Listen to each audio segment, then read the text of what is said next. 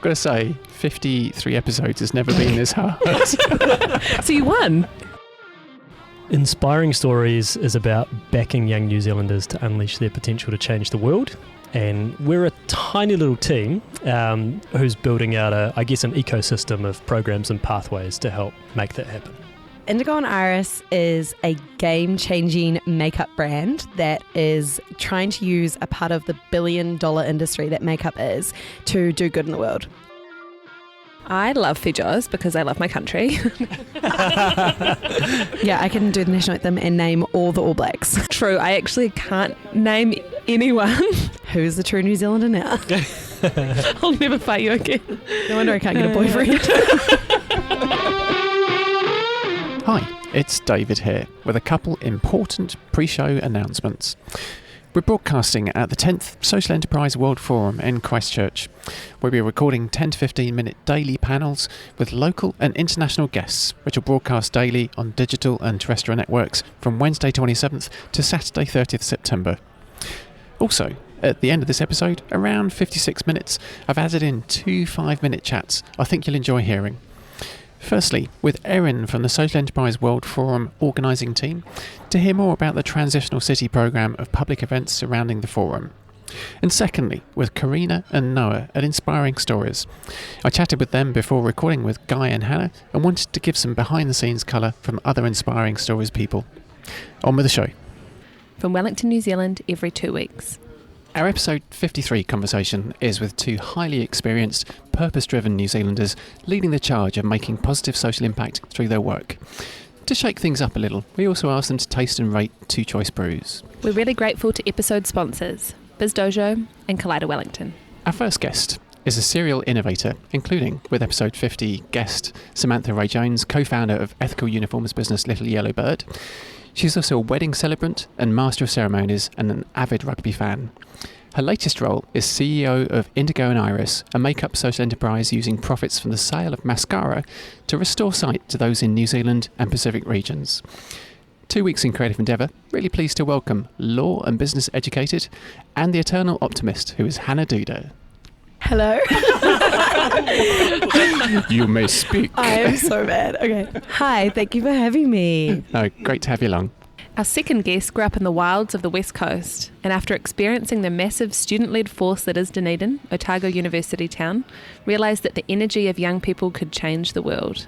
He has gone on to organise the Festival for the Future, Inspiring Stories Incubator, the Live the Dream Accelerator program, all while skateboarding around town. Filmmaker, organiser and cleaner of West Coast beaches, twice podcast pleased to welcome Guy Ryan, CEO and founder of Inspiring Stories. Kia ora, how are we doing? Good, thanks for being here. So, Hannah, you've been having a good start to the week? Was so sick last week, so this week started off really awesome. I made a plan B for our business. I got super onto it, had a great meeting with a lot of people. I find if I'm getting in a bit of a down time in the startup world, meeting with people is like the way to get back up. Does that mean you're an extrovert? You're getting energy from people? I'm 100% an extrovert. I usually score about 92 on those like Myers-Briggs tests or whatever. Yeah, and I do, like if I'm by myself, and that's the thing, I was sick last week, which means no one wants to come near me. So my worst time. That's so true. Yeah, I'm pretty good at communicating via the phone. That sometimes gets me excited, but yeah, usually in person always brings me up. What about you, Guy? You introvert, extrovert? Mid-spectrum, I reckon, introverted in some situations, extroverted in others. But when you have been around a big group of people, do you come away feeling energised or depleted? I do, absolutely feeling energised, yeah. And Does that mean I'm an extrovert? Yeah, because the thing with extroversion is it doesn't mean that you don't like alone time, but it's about where you draw your energy, and introverts draw their energy from like recharging by themselves. Is there a point that you might overdose on people? Well, the current limitation with the venue, the AOTS Centre, would take us about 2,000 next year. Nice. At which point we'll kind of reassess and figure out, do we continue to scale it up? Do we replicate it? Do we run it in other parts of the world? I love getting people together, to have important conversations about our future, to showcase people doing awesome things, and to, spark little ideas and new opportunities for collaboration. If you had to sum up Inspiring Stories. Inspiring Stories is about backing young New Zealanders to unleash their potential to change the world. And we're a tiny little team who's building out, an ecosystem of programs and pathways to help make that happen. Tell us a little bit about Indigo and Iris. Cool. So Indigo and Iris is a game-changing makeup brand that is trying to use a part of the billion-dollar industry that makeup is to do good in the world. So we're going to use the profits from our makeup products to have impact in all sorts of areas, from education, health to women's issues, etc., in the Pacific region, which is mainly focused around the Pacific Islands. Excellent. So how do you decide which programs in the Pacific Islands do you kind of assist with? Do you have a person over there, or do you get to go and visit? Yeah, so Bonnie, the founder, she has already established quite a good relationship with the Fred Hollows Foundation of New Zealand. So they are going to be our first impact partner. So our first product we'll be launching in November will be a mascara, and the profits from that, 50% of them, will go to restoring sight in the Pacific Islands through the Fred Hollows Foundation. We do already have a lot of exciting plans for each product, basically representing an impact project. So these are just ideas, but for example, lipstick, helping education projects. Then you've got a nice coral blush that will help restore the coral reef in the Pacific Islands.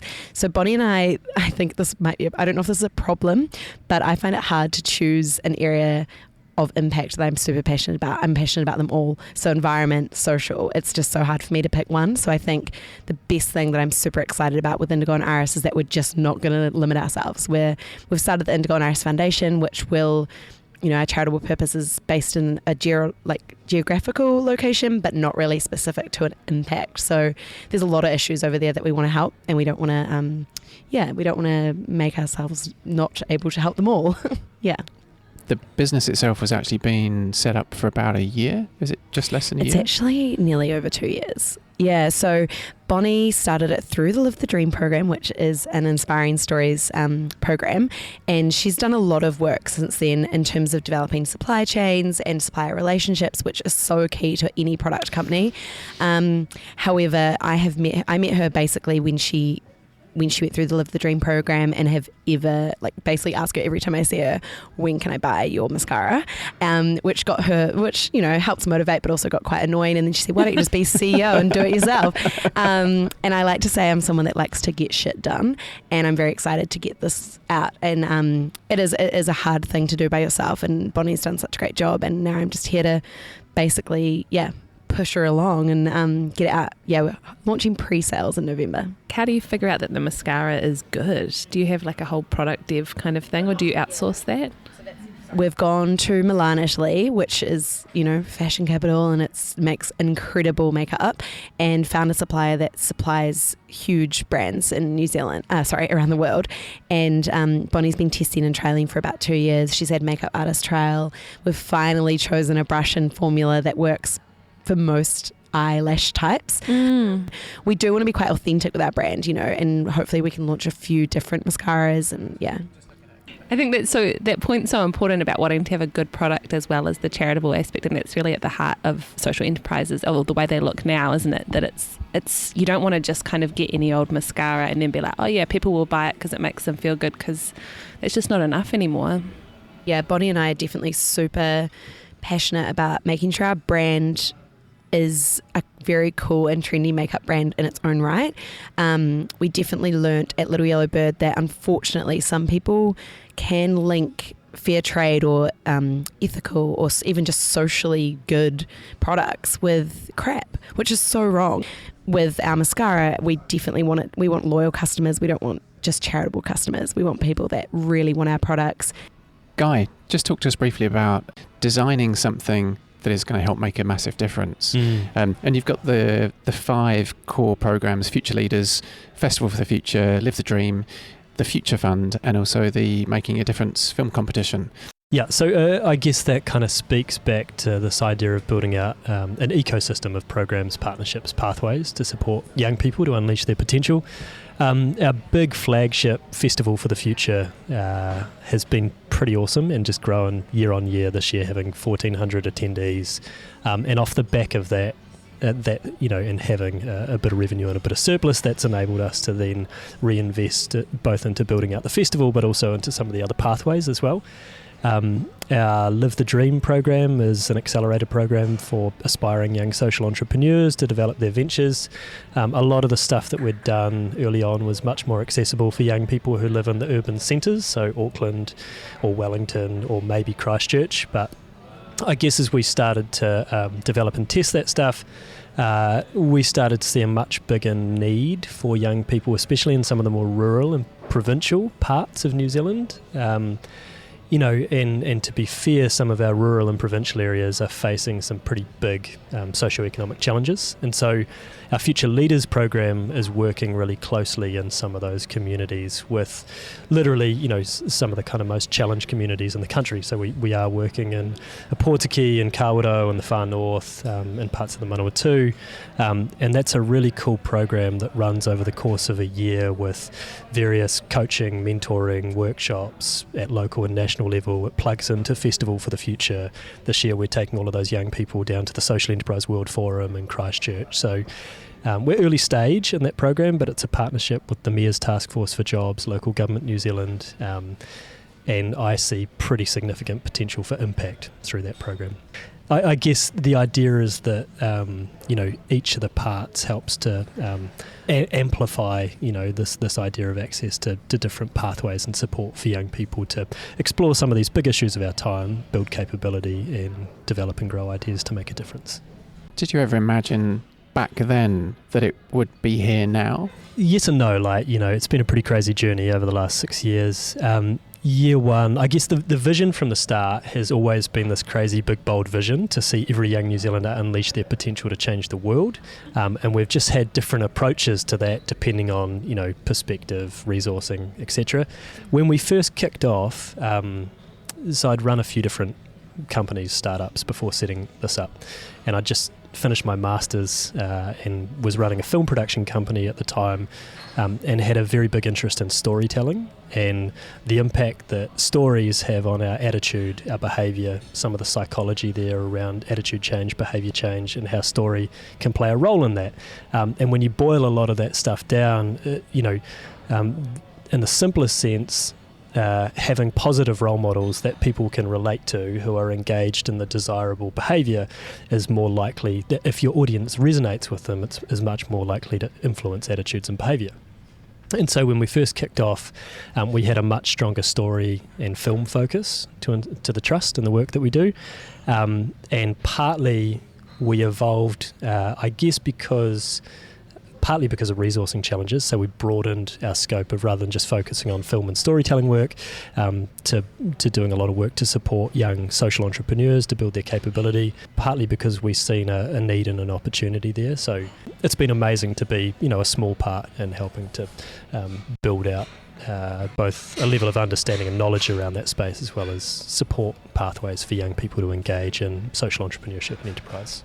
6,000 people through the programme, approximately, so far? Yeah. So in different ways, we've worked directly with, I think, about 7,000 young people now, whether that's coming through a Festival for the Future or a Live the Dream or a rural provincial program. And what's quite cool now is, we've now got team on the ground in 7 regions across New Zealand. We're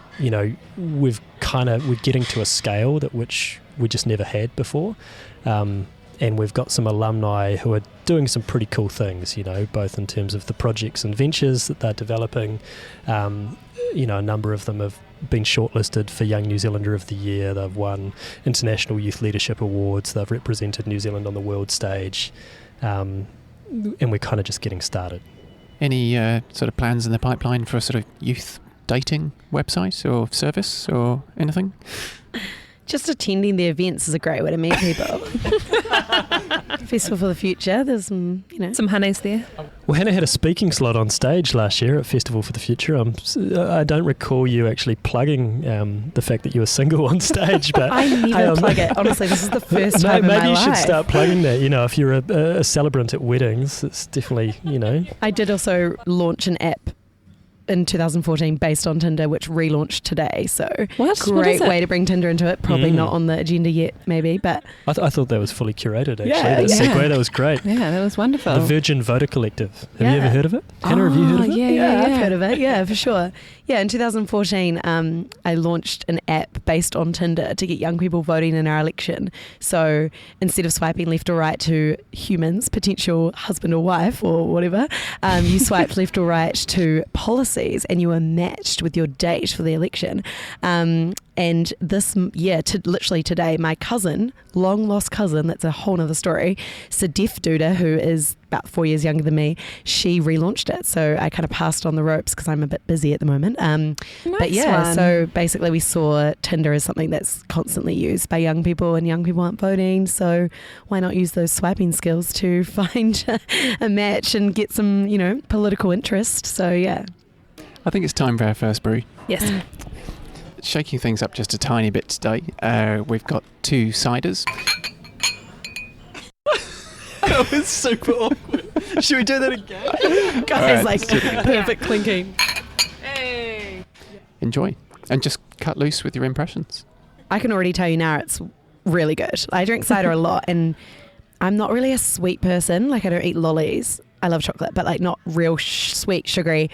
And this is actually so nice. Hallertau Granny Smith cider. Crisp/dry/quenching. Quenching. I would agree with quenching. Yeah. Not too Quenching. sweet. And I like the Definitely dry, drinkable. like, I feel, I'm not being, I'm not just like saying this, but it actually is really good for a cider. For a cider. Compared to Water, mud, sewage. It is pretty good compared to water. We've never done a multiple choice tasting before on the show. It's like a good example of a cider, isn't it? Got some good describing words there. Any thoughts and impressions there, Guy? Oh, look, If you can keep a straight face sitting next to Hannah. I'm impressed with the cider. I've gone straight to a 4 out of 5. So that's Wow. numeric rating score today. If we were to pick an analogy... I can't stop laughing. He's had one sip, folks. it's like, have we checked Guy drinks alcohol? Yeah, potentially not. New dad doesn't get out much. Yeah, definitely sleep deprived. A lot of joy out of the cider right now. I'm rating it. I'm going to give it an E. So I'm going with the NCEA high school rating. Oh. Topical, because I hate how the education system's run in New Zealand. But E, which gives it about 3 credits. Why don't you just sit on the fence? Come on, just don't tell us So what you think. A's achieved, M's merit, E's excellent. I'm actually giving it an excellence, which I never got at high school because I was an A student, which is achieved. But yeah, no, that's actually really delicious. I normally drink, if I was saying what I'm normally consuming, is a Pinot Noir, definitely one from the Marlborough area. Actually, I had a Masterton wine yesterday, which is Pinot Noir, that was so good. And then if I'm drinking anything else, it's a good old whiskey on the rocks. Nice one. So for those first dates, guys, Order one before I show up. Start with Pinot, then on to the whiskey. Is there one Wellington location that has all of those options that you spend 6.5 nights of your week in? oh gosh, I was yesterday, I was at the new wine bar, which I should know the name of. I think it's like, I'm sure it's called like Rot or something. It's next to Best Ugly Bagels. Yeah, Noble Rot. Noble Rot. Okay, I knew I was close. So Noble Rot yesterday had a great Pinot Noir. But I also, this is so weird, but I love going to the Bangalore Polo Club. They have good whiskey too, so, and it's a really cool vibe in there. I don't know. Are those your date spots? I go on no dates. Like, no one asked me out. That's the whole reason I brought this up. I'm not even joking. Like, boys, yeah.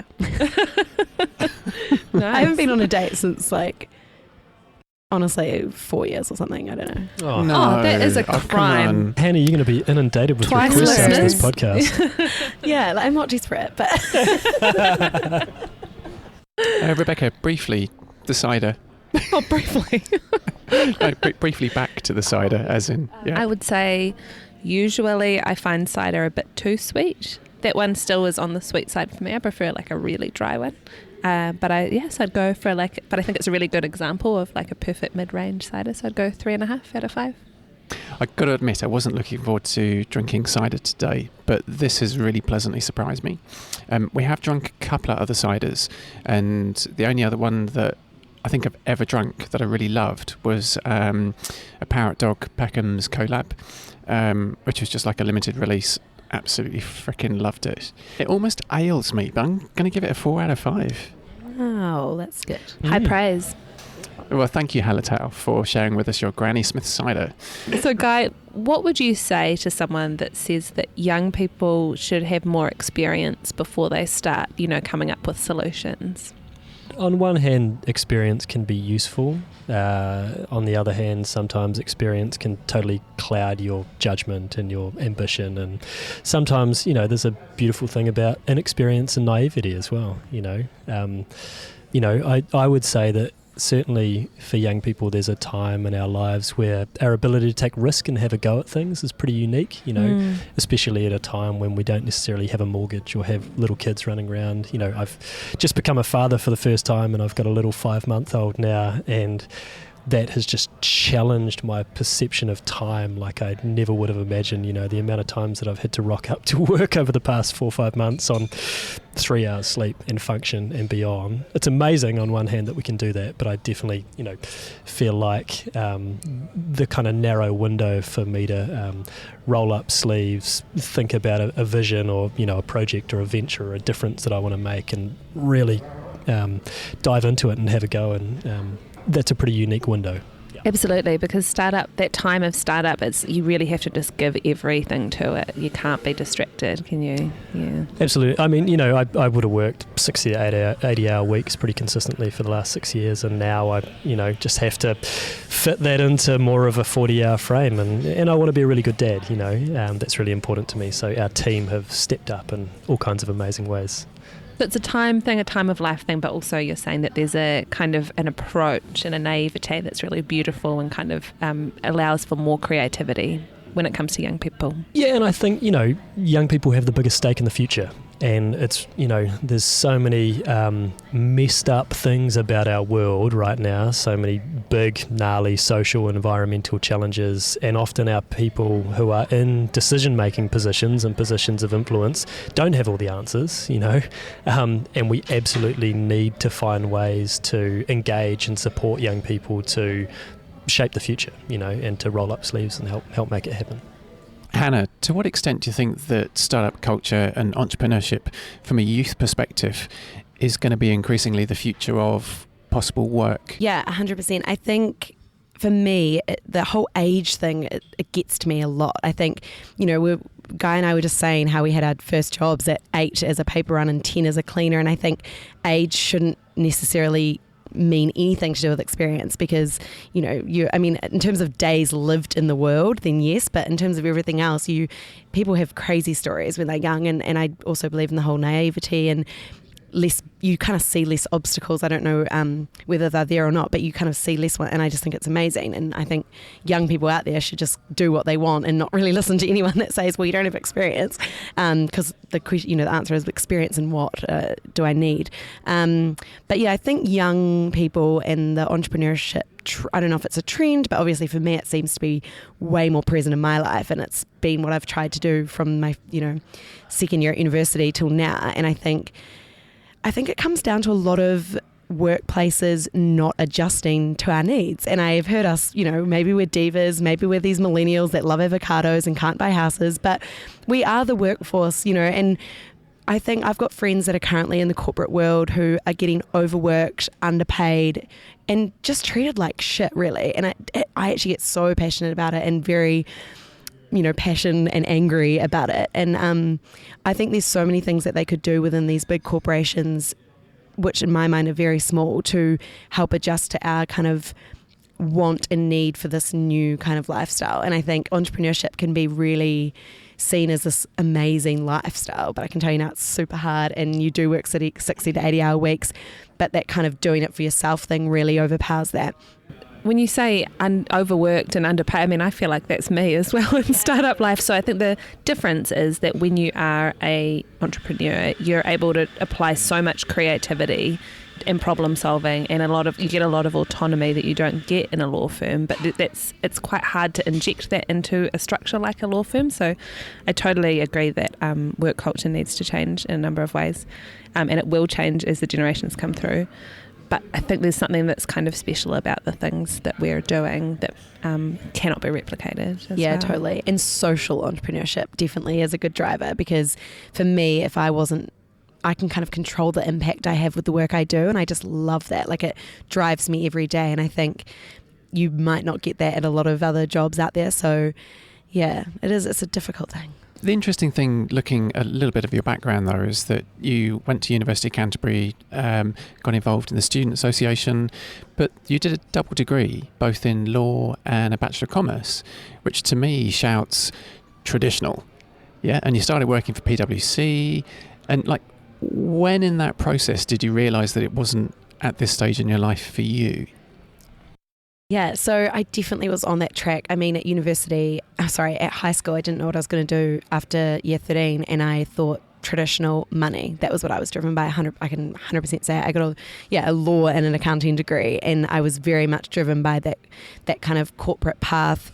Not even corporate, that traditional path. Like, I'd planned out my life. I'm a real organised person, and I'd seen, degree, corporate job, money, become a partner. And I think what did change, there was definitely a lot of factors, a lot of life experiences. So the earthquakes definitely shook me up. But I say it all the time, and it does sound cliche, and you don't have to have an earthquake to have this kind of realization, but the earthquakes just showed me how powerful we are as young people, and that I didn't have to have 2 degrees and work a corporate world, life, make lots of money and then change the world. I just thought, I can just do it now. And also through University of Canterbury Centre for Entrepreneurship as well. You did a bit of work with Rachel and Michelle, in fact.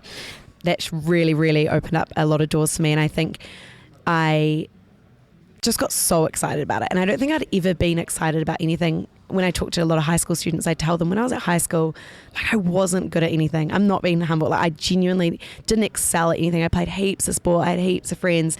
I did all different subjects, but nothing was I excelling at. And it's really hard as a young person when you're not great at something. What do you do? Like, you can't really, there's no clear path. And I think when I first kind of experienced entrepreneurship, which actually started with winning an app challenge with Entree, it was the first time I'd heard entrepreneur, the word. It was the first time I was like, yes, like, this is what I want to do. So I think for anyone listening that doesn't know what they want to do, it is about just doing a lot of things, and one day hopefully you'll go, yes, that's it, that's what I want to do. And I guess, Sky, that's kind of what you're trying to do with the, bringing busloads down from the far north and so forth, is just to shine a little bit of a different type of light into their world so that they can expand their universes a bit. Expanding universes, yeah. I mean, partly showcasing what's possible. I think the world is changing pretty quickly right now, where, our grandparents might have held down one stable job for most of their lives. Our parents have probably held down a handful of stable jobs over the course of their lives. I think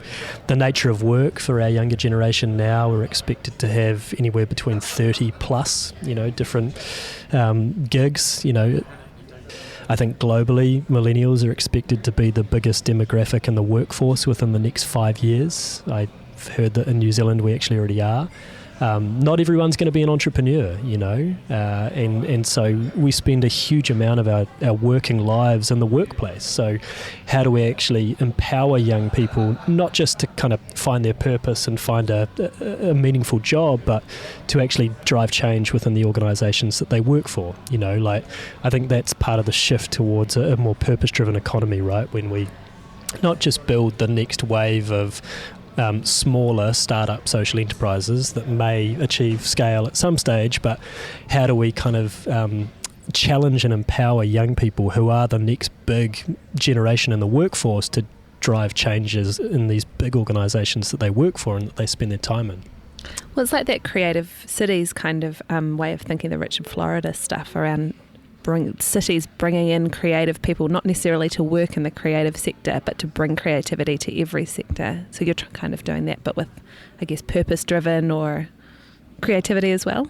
For sure, yeah. I mean, if you think about these big organisations, like literally relatively simple procurement decisions, of where we purchase goods and services from, and these big organisations, we can choose to purchase those from organisations who do give a shit about social and environmental impact, or ones that don't, and that's a relatively simple procurement policy intervention that has massive ripple effects, and in turn can help to support lots of, fledgling social enterprises who can deliver some of those products and services as well. So we're definitely going to see some big changes in the workforce moving forwards, and young people, are at the forefront of helping to drive this new purpose-driven economy.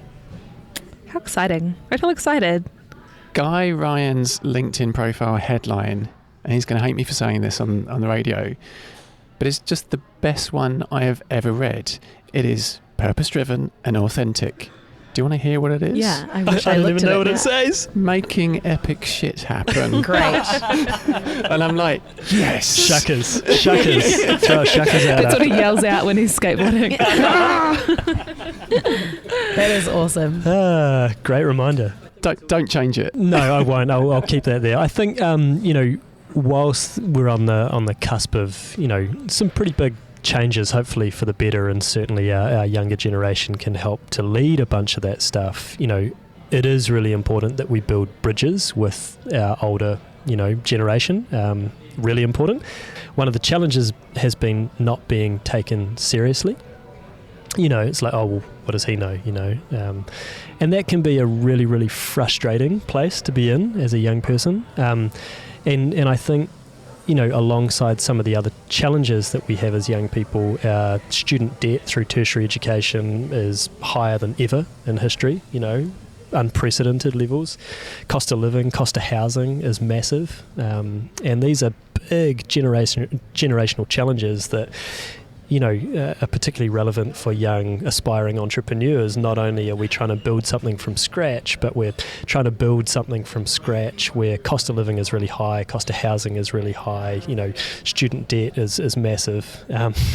And these are, some of the other challenges that we just have to figure out and how to navigate as a country.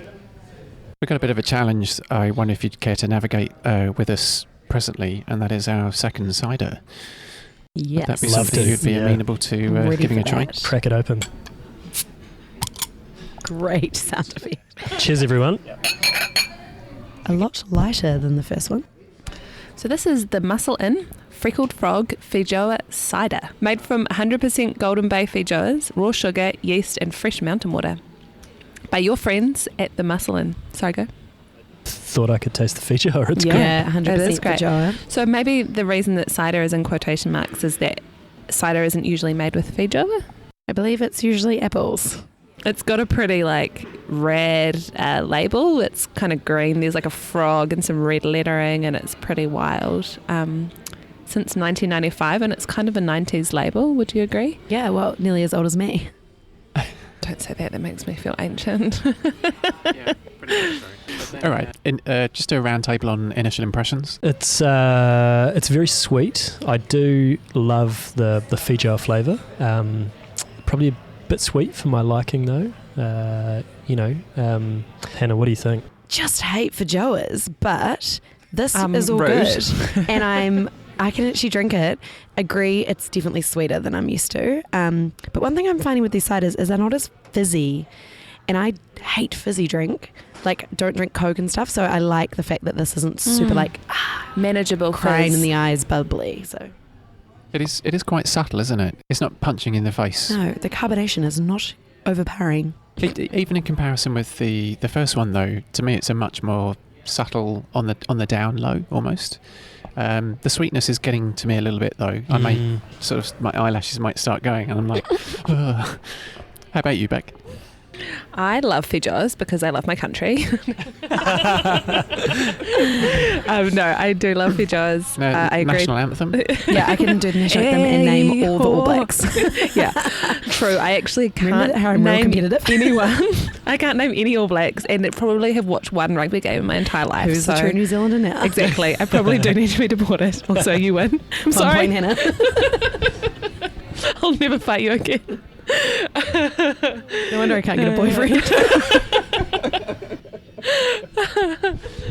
moving on from that, think it's lovely. Agree that it's quite sweet and probably wouldn't drink heaps of them. So maybe just one on a sunny day, like in the muslin on that deck, in amongst the vines, would be lovely. I'll probably start the ratings. I'm going to go 2.8. That's harsh. Out of 5, which is pretty harsh. It is a low one for you. Been to Muslin a couple of times, really enjoyed it.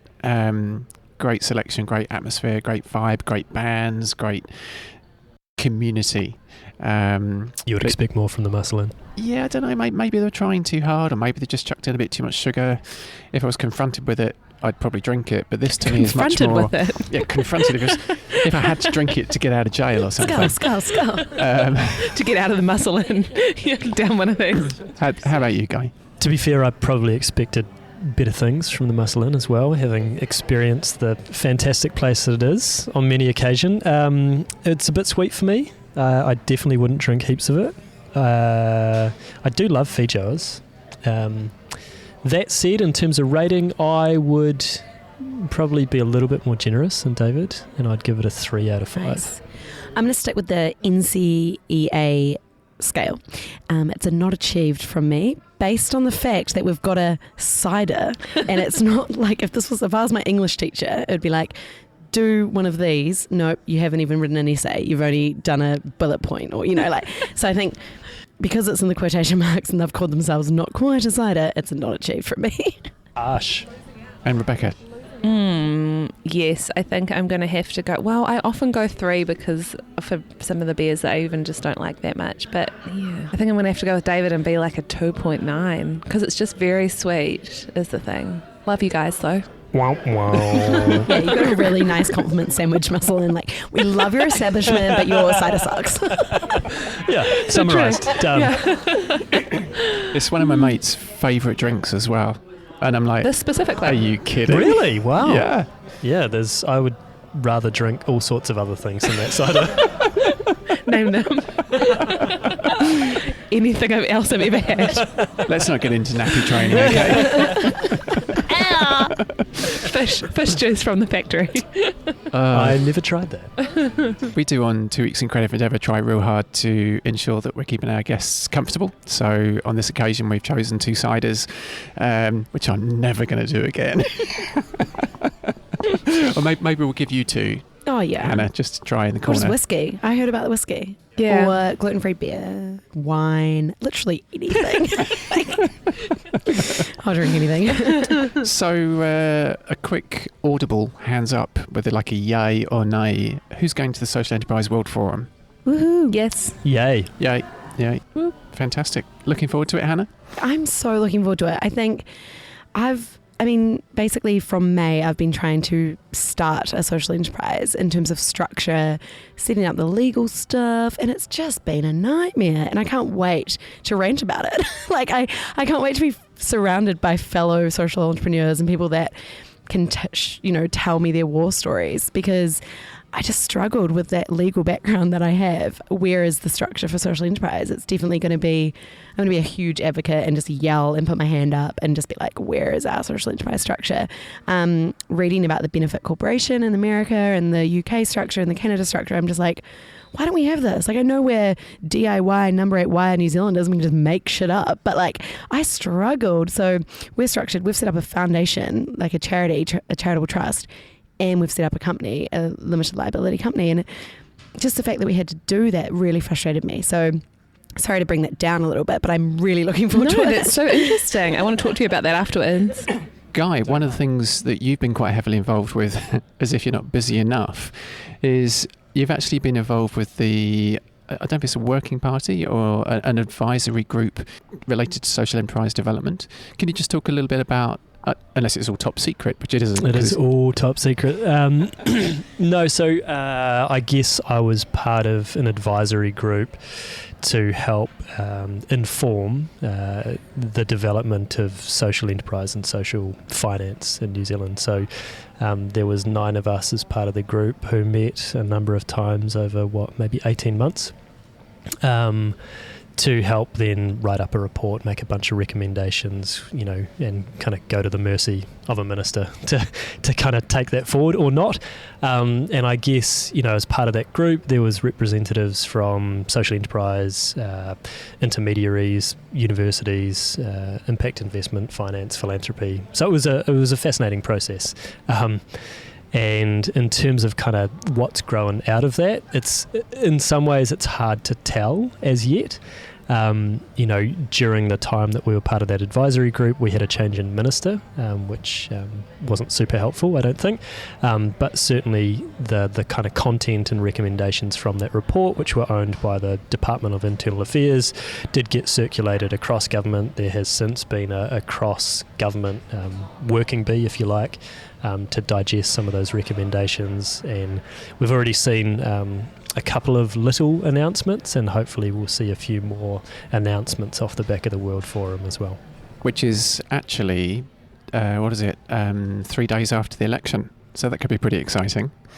Social enterprise isn't a majorly political issue. I think if we kind of weigh up the scheme of things around health, education, housing, all of the kind of big headline political issues which are driving the political debate and agenda right now, as much as we are passionate about social enterprise as a potential vehicle to deliver some change in those areas, social enterprise in and of itself hasn't been a big political item on the agenda.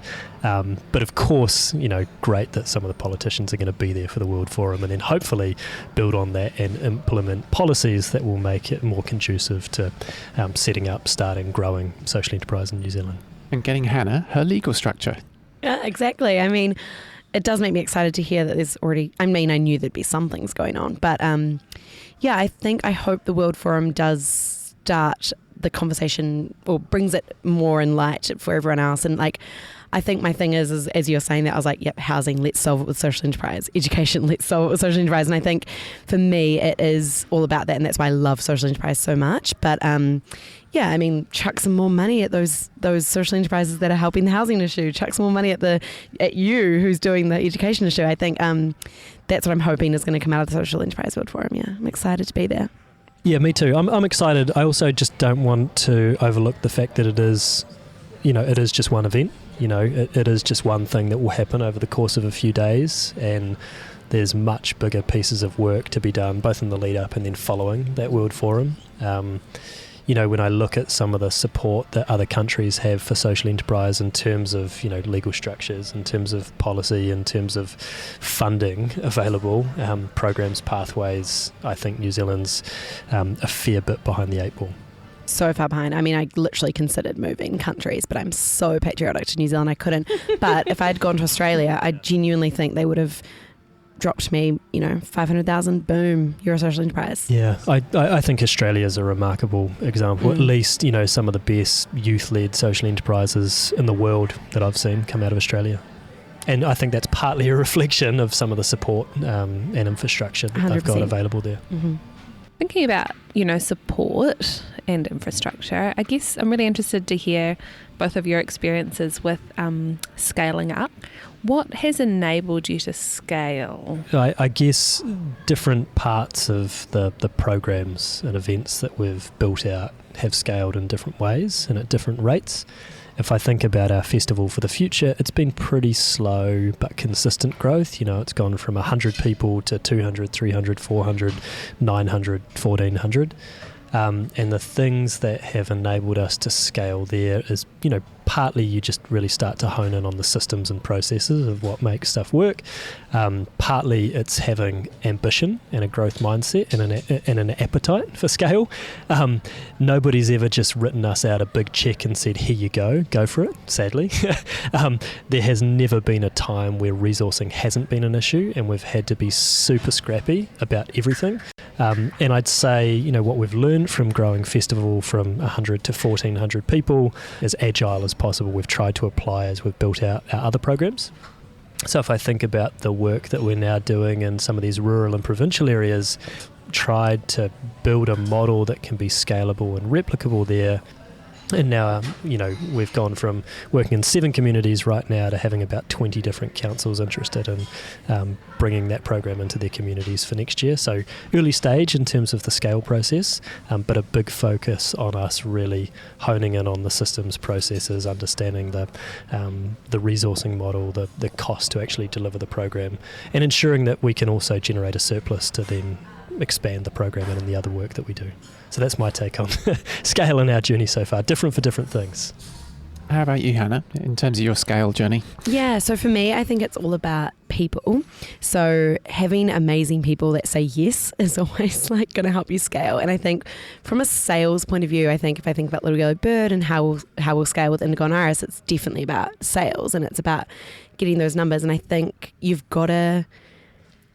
can't get stuck on one person that you want to say yes. You've kind of got to keep going and whatever you're trying to do, get investment or make sales or get more people on your team or resources, you've just got to talk to a lot of people. And I think for me, sometimes I get really stuck on this one sale will make us huge or this one person will invest heaps of money, and I just get stuck on them and waste a lot of my time on that one person. Whereas if you talk to just an extra 100 people or an extra 10 people, or it's just, and whatever grows, what helps us grow is that awesome person that just says yes. And I think I've learned really recently over the last 2 weeks that you've got to find people that just love what you're doing, and there's no point in working on them if they are going to not love you or don't love you already. And it's such a tough thing. And obviously sales is the way to go, but don't change yourself for that. If you've got a really awesome thing and you've proven some people want it, just find more of those people. Don't try and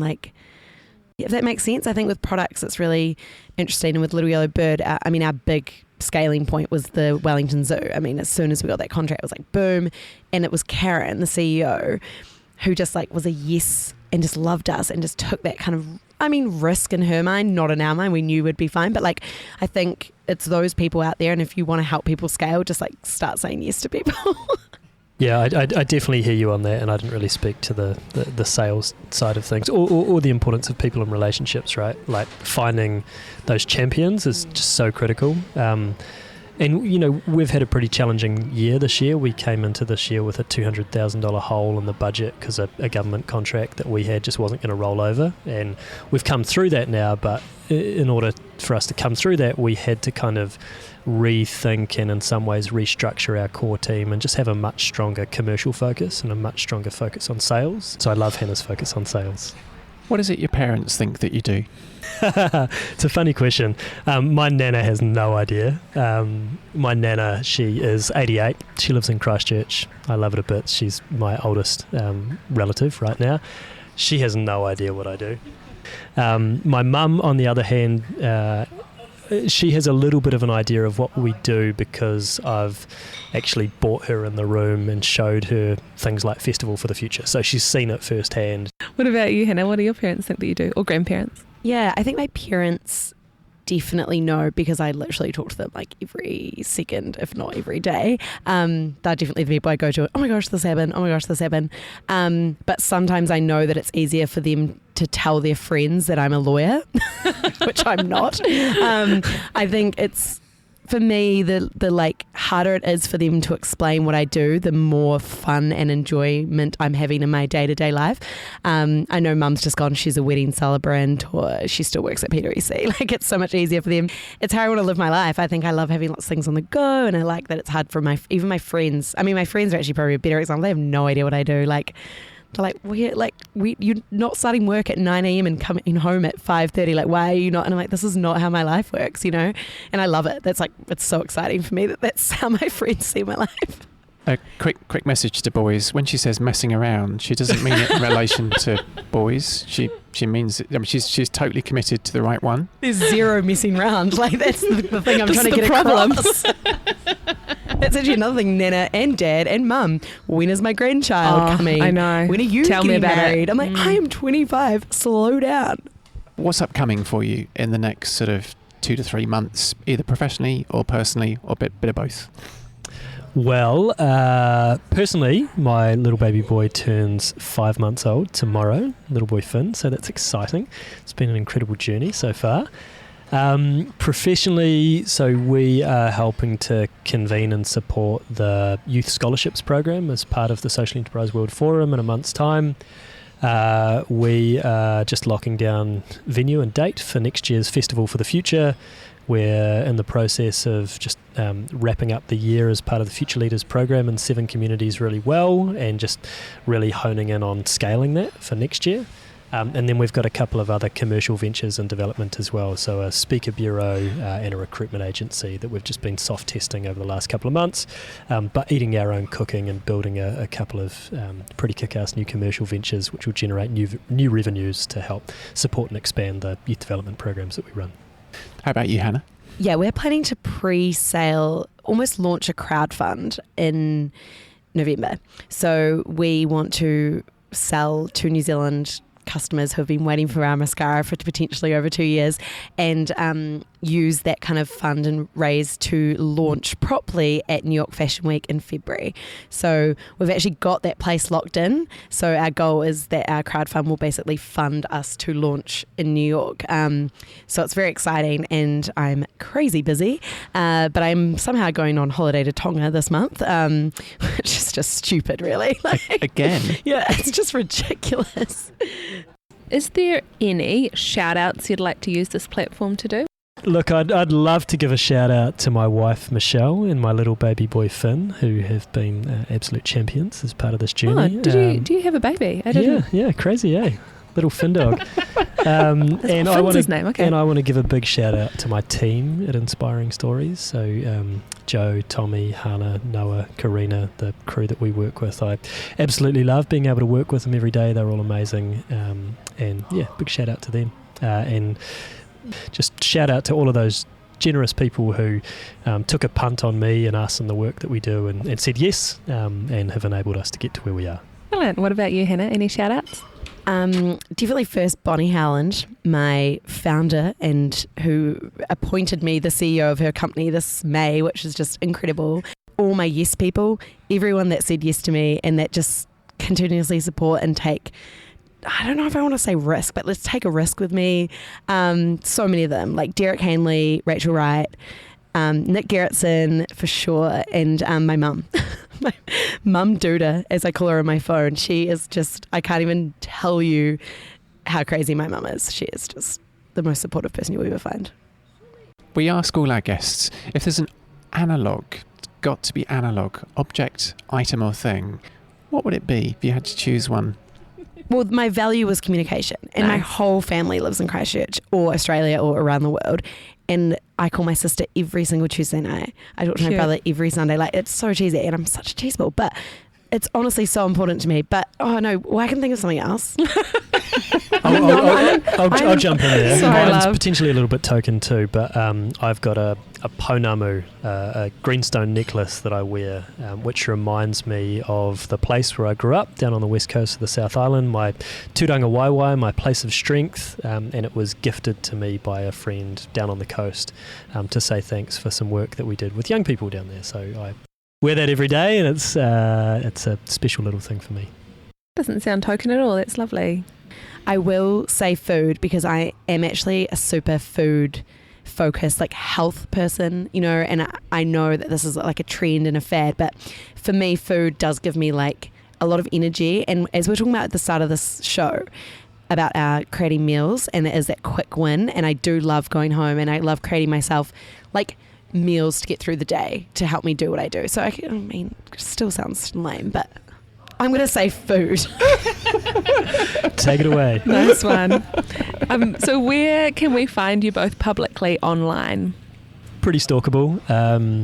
inspiringstories.org.nz. You can find my phone number and email. Hit him up. Hey. Married. What about you, Hannah? Also equally stalkable. I do have hannahduda.co.nz for my celebrant and MC services, but also super stalkable at handuda on basically every single social media, especially Instagram is public, so hit me up. And what about Indigo and Iris? Where are they? Indigo and Iris. That was just for the plug. Yeah. You know, The main reason you're on at some here. stage looking for a Oh, partner. that's So. right. Indigo and Iris. Hannah, what would you say for any interested people out there listening, Just looking for an opportunity to get in touch and invite you to go on that first date? Yeah, at Handuda, Instagram, honestly. Or just come up to me and slide into those DMs, yo. DMs are open. I'm just going to get in there, Indigo and Iris.co and AND, spelled and. Rebecca, where can we find you personally online? You can find me on Instagram at @bo_recka, RECKA. And you're also GM of a catering company, I hear. Anyway, I'm moving on. No, I get to talk. And also, if your fingers happen to type in pomegranate.org.nz, that would also lead you to some really delicious food. Hey, you can connect with Twice Podcast on Twitter and Instagram at Twice Podcast. Thank you so much, Guy and Hannah, for coming in, spending your time with us, having lots of giggles, drinking some okay cider, and sharing your stories and your journeys to now. All good. It's been fun and funny. Thank you so much. Yeah, it was great fun. Thank you. Who do you think won? Who was the more competitive, do you think? I think Hannah won, I think, especially that last question. Well, he said time. no one has been as hard as this, so I feel like that means that no one is. That's number one. Yeah, scale. Difficult answers.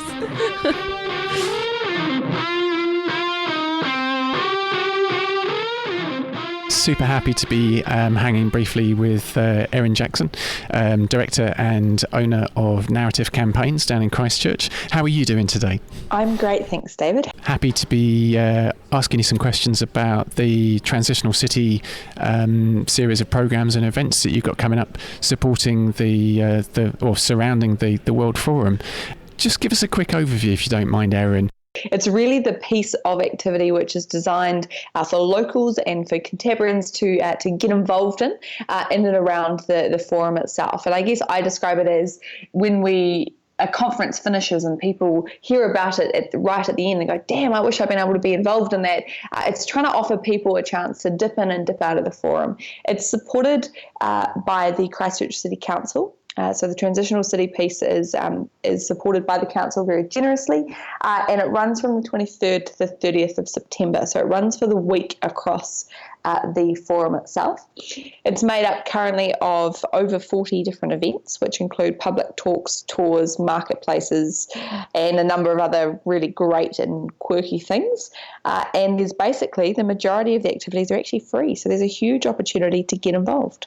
How the heck are people going to choose between 35 different events and talks and other things going on? I think that one of the ways to start thinking about it is trying to pick what you're really interested in and what are the pieces. So for the talks, for example, what we've tried to do is give a bit of an indication as to this is a great talk to go to if you're thinking about starting a social enterprise, or if you're already running one, or if you're really, if you're a legal geek, then here's a piece of here's a talk that might be of interest to you. So when you click through the website, which is transitionalcity.org, all of the pieces, we've tried to really give them some labels and tags to help with that decision-making process, because we're pretty conscious that there's a huge number of activities happening that week. And actually, I've just opened my emails just before, David, and I've got, another 5 different events that we're going to be listing up today as people say, hey, we're running this, because I think the really exciting piece for the Transitional City work stream is the fact that there's a number of events happening that people are plugging in online and saying, hey, look, we're running this as part of the activity around the forum. And that's all very grassroots, people just initiating it themselves and coming under that banner. And that's really thrilling to see. So our aim is to take over the city for that week, and I think we're going to do it. Really looking forward to getting down to the Pecha Kucha evening. That's their 32nd edition University of Canterbury Entrepreneurship. They've got some finals of a competition they've been running nationwide. It's not like you haven't got a few massive and also major names coming over as well, which is brilliant. I think it's really exciting as well, because the likes of, David from the Eden Project, who's speaking on the Saturday at 10 a.m., he's a world-class speaker who's coming to talk for free to people here in the city. And it's such an amazing opportunity for people to get involved and come out and support the forum. And the other thing, I guess, as well, David, just to shamelessly plug this, but one of the questions we've got from people is, I missed out on, registering as a delegate, but we do have 400 single session tickets as well for the forum available, also through transitionalcity.org. So if anyone's feeling like this actually has whet their appetite and they'd like to know more, within the when you go into the website, you can actually also purchase some sessions to come to kind of a dip in, dip out of the forum itself. If you had a message for the grumpy crowd, I mean, what would you say to them to try and encourage them to come along? I would say that this is the largest gathering of social enterprise around the Social Enterprise World Forum that's ever been held internationally, but it's also the largest conference to come to Christchurch post-quake. So there's 1,300 delegates going to be being, getting involved, but there's also, that doesn't even come close to measuring the number of people who are actually engaged and interested. And I think if you ever needed an indication or a health check on what is happening in and around areas of our region, I think this is the one-stop shop to find out about some of the incredible things that are happening. So I'd challenge even the grumpy crowd to stay grumpy when you actually look at some of these people and the what they're doing off their own back, with and just doing the most incredible things, changing their little corner of the world. And we're going to showcase all of that for a week. So I challenge you to stay grumpy after having a look at some of what we've got on offer. Beautiful. Erin, lovely chatting with you again. We'll see you, next week. Yeah, next week. Cheers, David. I'm lucky to be hanging out with Carina Esquera and also with Noa Wolof. Just tell us what you do for Inspiring Stories, Carina. So I'm the program manager for the Future Leaders program, and so we run in the rural and provincial towns of New Zealand, and we came out of a partnership with the Mayor's Task Force for Jobs. And so what we do is in each region we have a coach, a really awesome person who helps mentor and coach 4 young people or between 2 and 6. And then they do workshops, they meet up with the mayor and they build leadership and social entrepreneurship skills. And then they also have to work on a project in the community where they find out what's an issue that's important to the youth and then they deliver the project. We're just in the process of figuring out all the details for next year, and that looks even bigger and better with a lot more partnerships and cool stuff going on to engage even more young people in the community. So yeah, it's definitely full on. So we're in 6 regions, 6 regions this year. The far north, Whangarei, in the eastern Bay of Plenty, we've got Kauro, Whakatane and Opotiki, and we've got Palmerston North. Noa, how about yourself then? So since February you've been working at Inspiring Stories. Yes. And just talk us through what you do there. My role is sales and marketing assistant. So I came into this role pretty new to pretty much everything that was on my plate. So it was an amazing experience and a massive learning curve for me. So I work really closely with youth engagement, so secondary school engagement. How do we mobilise our young people, and also the sales around Festival for the Future, making sure we've actually got people in the room, and yes, I'm marketing, so running through our social media channels as well. You touched there on Festival for the Future. Was it the 5th year this year? 7th. Yeah, 7th. Yeah. Was it 1,500 people? 1,300? Close to 1,400 people in the room. So it's crazy to think that this little event kick-started in 2011, I think it was. Yeah, like down the road. Yeah, in like a school hall pretty much. So there's about 100 people there, and now we've got close to 1,400 people in the room, over 25 youth councils, every region in the country represented, and like the likes of TVNZ on there filming it all and broadcasting it out to New Zealand. So it's all really exciting. In effect, you've both been working on this as part of your overall work for Inspiring Stories pretty much for the whole year, haven't you? Yeah, so I think because we are quite a small team, but we do heaps of pretty big stuff. So I think we each have our focus. So obviously mine is Future Leaders, but when it comes to Festival, just because it's such a massive thing, we all pitch in and we're all part of Festival in some way. It's crazy though. I've never really obviously organised something of this magnitude at all. Probably the biggest thing I've organised is like a school assembly at my college, like prior to this. So it's a big beast to tackle, and it definitely takes all year round, 365 days a year to tick it off, I guess. If you came away from this year's event with any particular highlights, what would they be? Well, from hearing from my Future Leaders crew, and also the youth councils that went there, like some of them are from like really small towns, like they'd never been to Auckland, or it's a different world to go to Auckland. So just hearing their feedback, it really changed a lot of lives. You know, they were able to meet a lot of different people from different ethnicities, different backgrounds. And then also, like, a lot of my future leaders have made big decisions based on their time at festival. Like, it's really sparked something huge.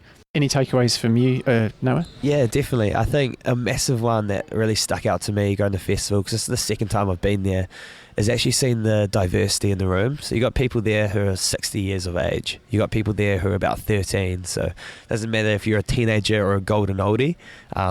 This is a really, really important conversation to have in New Zealand around the future of our environment, technology and education. So I think that just really stuck out to me. Why is Inspiring Stories different, and how has it managed to not just talk the talk but actually walk the walk as well? Well, what do you think, Noah? I think it's just a massive push through social enterprise lately that these issues can be tackled through business. I think that's what lots of young people are actually learning as well and coming to grips with. So I think we help build that capability. Obviously, we also run a social entrepreneurship accelerator program to help people do exactly that.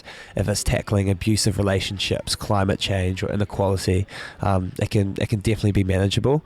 And I guess we've got the alumni, we've got the statistics to prove that as well, which is really exciting. So we're just building up this massive database of literally thousands of influential young Kiwi leaders who are going to be absolute game changers in a couple of years. What do you reckon, Carina? One of the things, of course, you have to dream big, but you have to have the skills and the backing and know how to actually put it into action. And that's something that I think guys obviously learned and done really well over the years. Carina Esguerra and Noah Williff, thank you both so much for giving time this afternoon. Thanks also for sharing a bit of dirt. We're going to turn the mics off, then you give me some more. Yeah. Cool. Absolutely. Hey, it was a pleasure coming on your show. Thanks, David. Yeah, it's been fun. Just a quick end of show reminder. We're recording 10 to 15 minute daily panels with local and international guests at the Social Enterprise World Forum next week in Christchurch. We're broadcasting daily on digital and terrestrial networks from Wednesday the 27th to Saturday the 30th of September. Normal episode service resumes from Wednesday the 4th of October with our impressions and conversations with some of the 1,500 delegates descending on Christchurch. This show wouldn't exist without the generous support of our sponsors, Biz Dojo and Collider Wellington. Biz Dojo are creating and facilitating communities of talented, interesting and clever humans pursuing their passions through a network of co-work venues across New Zealand. With flexible options for small and large teams and monthly contract-free plans, ride with purpose over to bizdojo.com and at bizdojo on Twitter and Instagram to find out more. Our grateful thanks to Biz Dojo for their ongoing support of this show. Collider Wellington helps get this episode on air. Collider Wellington is a monthly program of events where you can seek out some of the smartest people on the planet, learn something new and access world-class intelligence. Its purpose is connecting thought leaders, emerging entrepreneurs and inspirational experts to support the growth of the greatest little city on earth, Wellington, New Zealand. For all the details, go to Collider Wellington, that's spelt Collider, WGTN.com. Our grateful thanks to Collider Wellington and Wellington City Council for their support of this show. Our normal episodes are a tightly edited 60 minutes long. The stuff that didn't make episode cut goes here, which for vinyl aficionados can be treated as the B-sides, also beyond the clutches of time-starved listeners. It's a mashup of pre-show, outtakes, and other experimental stuff we're trying out. Guys winning on the radio interviews. Approximately how many radio interviews have you done before? In my life? Yeah. No idea. Maybe 30? Yeah. Compared with? 1. Excellent.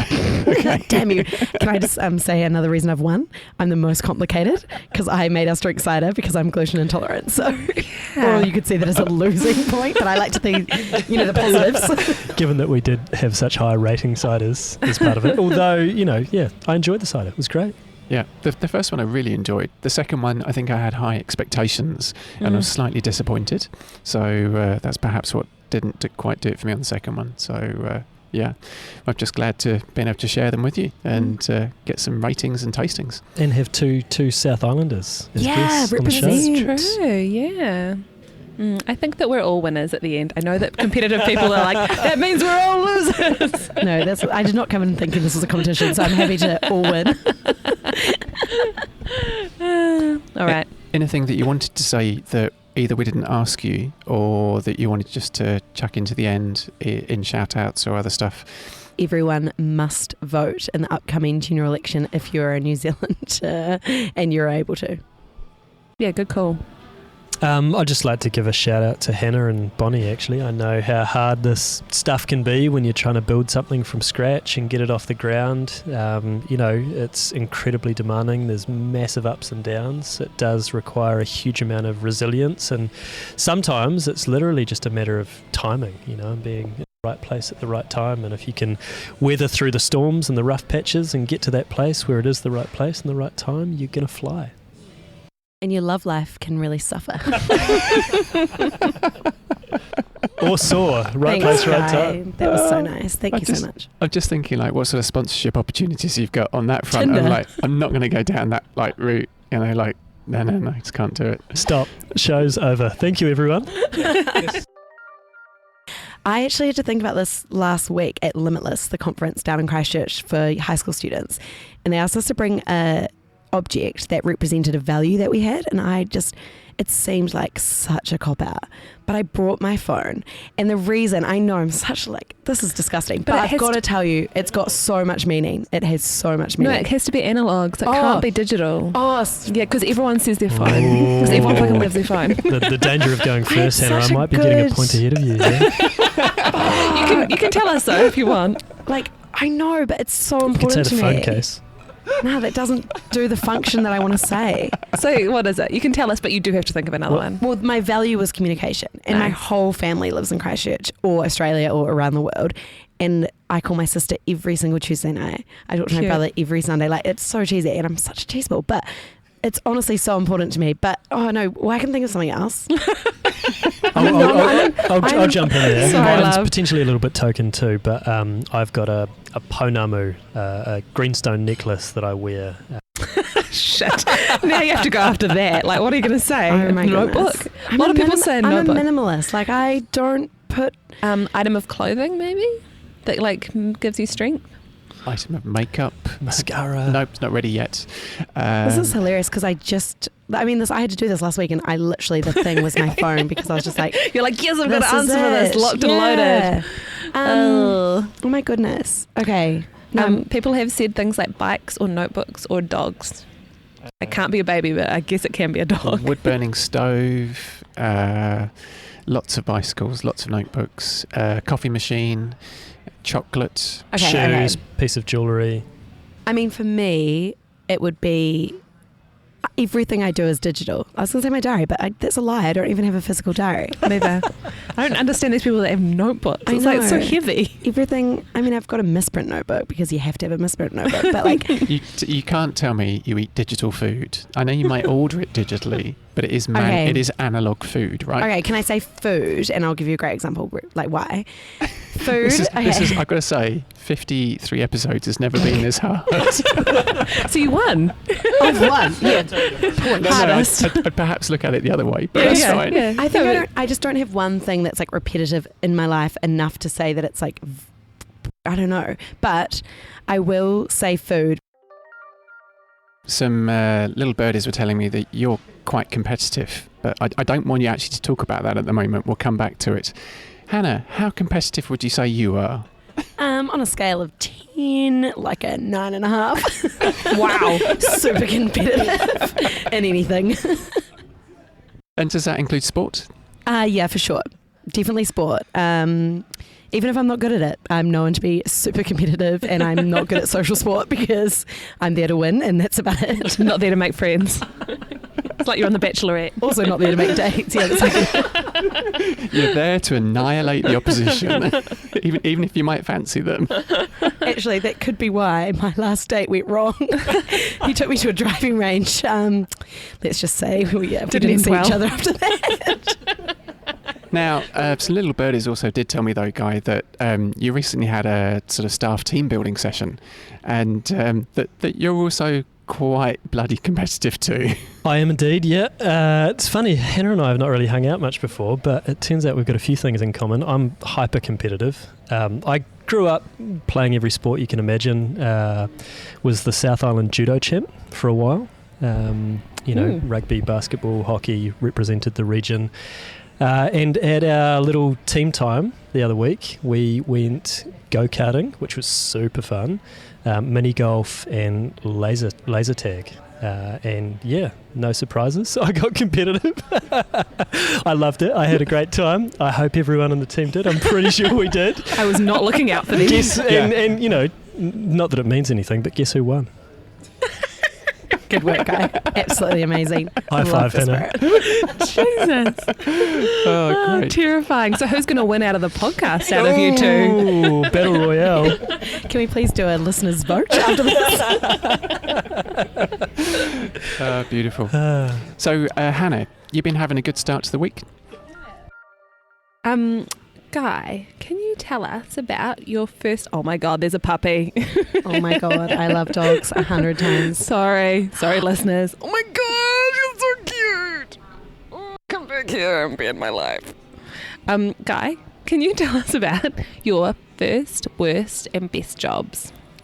My first, worst and best jobs. Yeah, sure. So I grew up in a tiny little town on the west coast of the South Island called Granity. First jobs, I was a paper boy. I used to mow lawns. When I was at high school, I worked in a fish factory, Telly's Fishery, cutting fat roes out of hoki and doing all kinds of things on the production line. That was mostly my motivation to go to university. Fair enough. To get out of there. Apart from my job now, which I absolutely love and have done every day for the last 6 years, one of my favourite jobs was during summer holidays when I was at university. I worked for Air New Zealand down in Westport, and I would get paid for the one flight that comes in each day.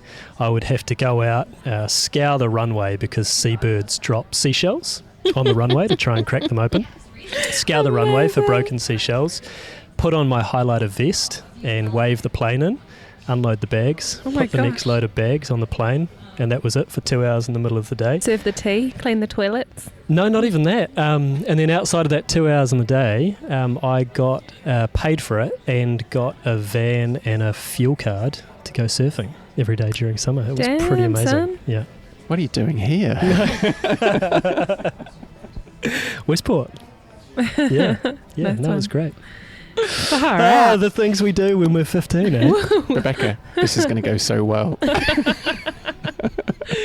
what about you, Hannah? We haven't even started on the side of you. Yeah, I know. Goodness, it's just crazy. While I was trying to think, I'm the same as Guy. I can really find like a good thing or something this sounds so cheesy, but like something I learnt from every job, because I've been working in some kind of job since I was about 11 years old. And my first ever job was at my nana's hotel, whatever the difference, hotel cleaning. So I was like an 11-year-old bathroom cleaner, which was probably illegal. I feel like that is illegal. But I wanted the money. Like, it was my choice. I was like, Nana, you own a business. Hire me because I want to buy my own things. Like, since I was little, I've always had this weird like obsession with having part-time jobs, and I've never had less than one job. But if I had to say my best job, it would be the fact that I'm a wedding celebrant. Wow. This is, once again, I sound like such a cheeseball, but I'm single. Got to get that on the podcast. I just will put that out there. But watching people, oh my gosh, I'm being serious. No, watching hang people on a second. get married. Just stop right there. Yeah. What are you looking for? Oh, just like a male. With a heartbeat.